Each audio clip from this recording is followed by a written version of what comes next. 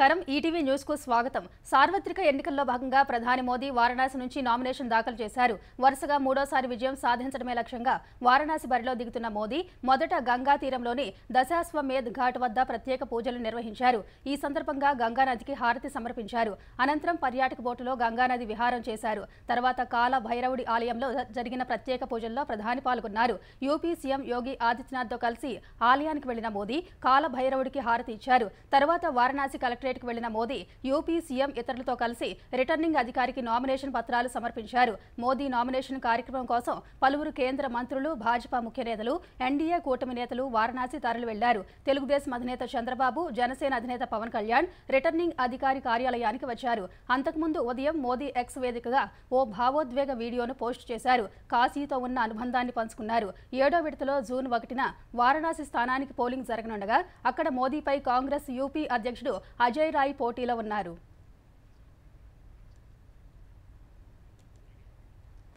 దేశంలోనూ ఆంధ్రప్రదేశ్లోనూ NDA clean sweep చేస్తుందని తెలుగుదేశం అధినేత చంద్రబాబు ధీమా వ్యక్తం చేశారు। వారణాసి భాజపా అభ్యర్థిగా ప్రధాని నరేంద్ర మోదీ నామినేషన్ కార్యక్రమంలో చంద్రబాబు పాల్గొన్నారు। ప్రపంచంలోనే భారతదేశం కీలక పాత్ర పోషించబోతుందని ఈ సందర్భంగా తెలుగుదేశం అధినేత చెప్పారు। 2047 నాటికి వికసిత్ భారతమే లక్ష్యంగా మోదీ కృషి చేస్తున్నారని చంద్రబాబు తెలిపారు। వారణాసిలో ప్రధాని నరేంద్ర మోదీ నామినేషన్ కార్యక్రమంలో జనసేన పార్టీ అధినేత పవన్ కళ్యాణ్ కూడా పాల్గొన్నారు। దేశంలోనూ ఆంధ్రప్రదేశ్లోనూ ఎన్డీఏదే విజయమని ఆయన ధీమా వ్యక్తం చేశారు। ఆంధ్రప్రదేశ్లో ఈసారి పోలింగ్ 81% దాటొచ్చని ఎన్నికల సంఘం అంచనా వేస్తుంది। సార్వత్రిక ఎన్నికల పోలింగ్ కొన్ని చోట్ల అర్ధరాత్రి దాటిన తర్వాత 2 వరకు సాగిందని ఆంధ్రప్రదేశ్ ఎన్నికల ప్రధానాధికారి ముఖేష్ కుమార్ మీనా వెల్లడించారు। 2019 ఎన్నికల్లో 79.8% పోలింగ్ నమోదైతే ఈసారి రాత్రి 12 గంటల వరకు 79.4% నమోదైనట్లు మీనా వెల్లడించారు। ఇందులో పోస్టల్ బ్యాలెట్ 1.2% ఉందన్నారు। అటు ఏపీలోని ఈవీఎంలను పటిష్ట భద్రత మధ్య స్ట్రాంగ్ రూమ్లకు తరలించారు ినట్లు ముఖేష్ కుమార్ మీనా వివరించారు। స్ట్రాంగ్ రూముల వద్ద 3 అంచెల భద్రతను ఏర్పాటు చేశామని, పార్టీ ప్రతినిధులు వాటిని పర్యవేక్షణ కేంద్రం నుంచి పరిశీలించవచ్చని తెలిపారు। అన్ని పార్టీల అభ్యర్థుల సమక్షంలోనే ఈవీఎంలను స్ట్రాంగ్ రూముల్లో భద్రపరిచినట్టు తెలిపిన సీఈఓ జిల్లాల్లో చెదురుమదురు ఘర్షణలు తప్ప పోలింగుకు ఎలాంటి ఇబ్బంది కలగలేదని వివరించారు। సార్వత్రిక ఎన్నికల పోలింగ్ వేళ ప్రత్యర్థులపై దాడులకు పాల్పడిన వైకాపా మూకలు ఇవాళ కూడా దాడులు కొనసాగించాయి। తిరుపతి జిల్లా చంద్రగిరి తెలుగుదేశం అభ్యర్థి పులివర్తి నానిపై వైకాపా కార్యకర్తలు దాడికి తెగబడ్డారు। పద్మావతి మహిళా వర్సిటీలో స్ట్రాంగ్ రూమ్ పరిశీలనకు వెళ్లిన నాని తిరిగి ఇంటికి వెళుతుండగా దాడి చేశారు। కొందరు వ్యక్తులు కారులో వచ్చి నాని కారుపై దాడి చేశారు। వైకాపా కార్యకర్తల దాడిని అడ్డుకునే ప్రయత్నం చేసిన నాని భద్రతా సిబ్బందికి గాయాలయ్యాయి। భద్రతా సిబ్బంది ప్రతిఘటనతో వైకాపా కార్యకర్తలు అక్కడి నుంచి పరారయ్యారు। దాడిని నిరసిస్తూ మహిళా వర్సిటీ రహదారిపై పులివర్తి నాని బైఠాయించారు। విషయం తెలుసుకున్న తెలుగుదేశం కార్యకర్తలు అక్కడికి భారీగా చేరుకుంటున్నారు। ఆగ్రహంతో వైకాపా కార్యకర్తలు వదిలేసిన కారును ధ్వంసం చేశారు। పులివర్తి నానిపై దాడి చేసిన వారిపై కఠిన చర్యలు తీసుకోవాలని డిమాండ్ చేస్తున్నారు।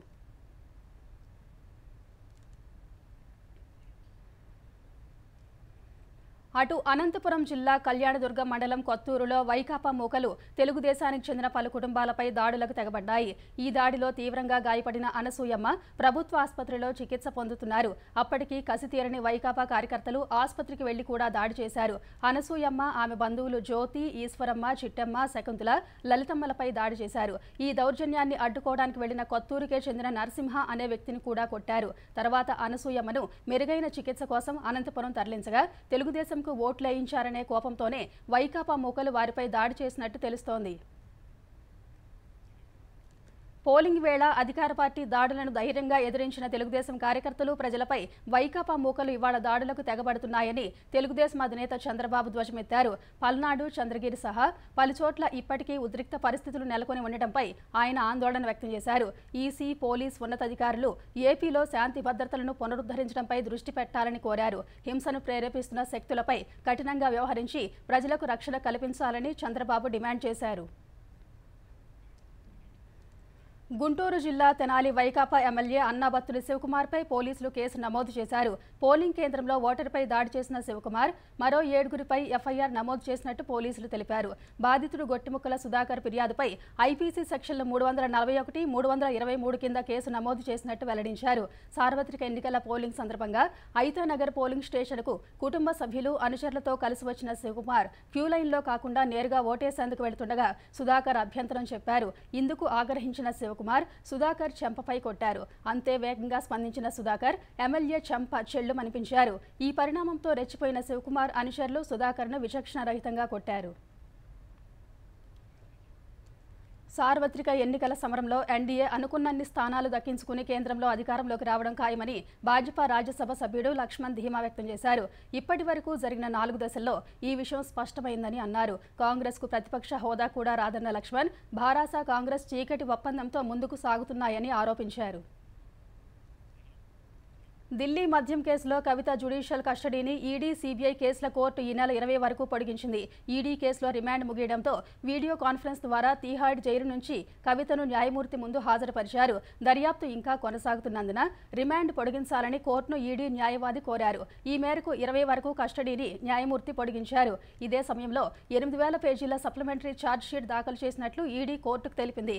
సప్లిమెంటరీ ఛార్జ్షీట్ను పరిగణలోకి తీసుకునే అంశంపై ఈ నెల 20న విచారణ చేపట్టనున్నట్టు న్యాయమూర్తి తెలిపారు.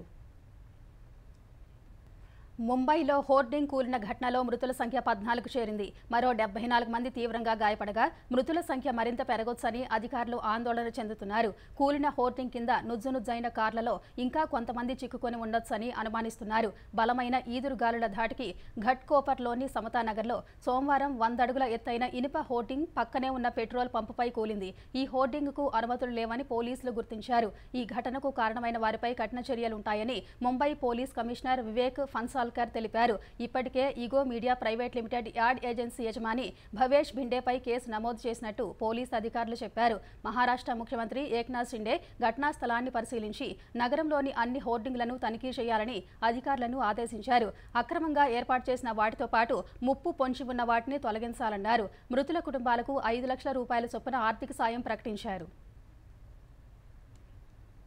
దేశంలో ప్రస్తుత పరిస్థితులను వివరించేందుకు వాషింగ్ మిషన్ కా కాలా జాదూ పేరుతో ఆమ్ ఆద్మీ పార్టీ ప్రచారం ప్రారంభించింది. ఈ ప్రచారాన్ని ప్రారంభించిన ఆమ్ ఆద్మీ పార్టీ ఢిల్లీ సమన్వయకర్త గోపాల్ రాయ్ ఈ ఎన్నికల్లో అవినీతికి వ్యతిరేకంగా పోరాటం చేసినట్లు భాజపా చెప్పుకుంటుందని అన్నారు. ఆ వాదనలో ఉన్న నిజాలను తమ ప్రచారం ద్వారా ప్రజలకు వివరించనున్నట్టు చెప్పారు. అవినీతి ఆరోపణలు ఉన్న ఎన్సీపీ నేత అజిత్ పవార్, కాంగ్రెస్ నేతలు అశోక్ చవాన్, హిమంత బిశ్వ శర్మలను భాజపాలో చేర్చుకోవడంపై ప్రతిపక్ష పార్టీలు వాషింగ్ మిషన్ పేరుతో కమలం పార్టీని లక్ష్యంగా చేసుకున్నాయి. శారద కుంభకోణంలో హిమంత బిశ్వ శర్మ ప్రమేయం ఉందని భాజపా 6 నెలలు ప్రచారం చేసినట్లు ఢిల్లీ మంత్రి సౌరవ్ భరద్వాజ్ తెలిపారు. హిమంత బిశ్వ శర్మ భాజపాలో చేరగానే ఆయనపై ఉన్న ఆరోపణలు మాయమైనట్టు చెప్పారు.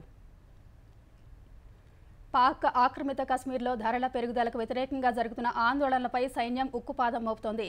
ముజఫరాబాద్లో అధిక గోధుమ పిండి ధరలు, విద్యుత్ ఛార్జీలపై ఆందోళన చేసిన ప్రజలపై భద్రతా దళాలు కాల్పులు జరిపాయి. ఈ ఘటనలో 3 ప్రాణాలు కోల్పోగా 6గురికి గాయాలయ్యాయి. అధిక ధరలకు వ్యతిరేకంగా ఆందోళన చేసిన ప్రజలు పారామిలిటరీ కాన్వాయ్పై రాళ్ల దాడికి దిగారు. వారిని చెదరగొట్టేందుకు మొదట బాష్పవాయు గోళాలు ప్రయోగించిన బలగాలు తర్వాత కాల్పులు జరిపినట్లు అక్కడి మీడియా తెలిపింది. మరోవైపు అధిక ధరల నియంత్రణకు రాయితీపై సరుకులు సరఫరా కోసం పాక్ ప్రభుత్వం 2300 కోట్లు కేటాయించింది. అయితే ఈ నిధులను ఏ ప్రాంతానికి కేటాయిస్తారనే అంశంపై మాత్రం స్పష్టతనివ్వలేదు.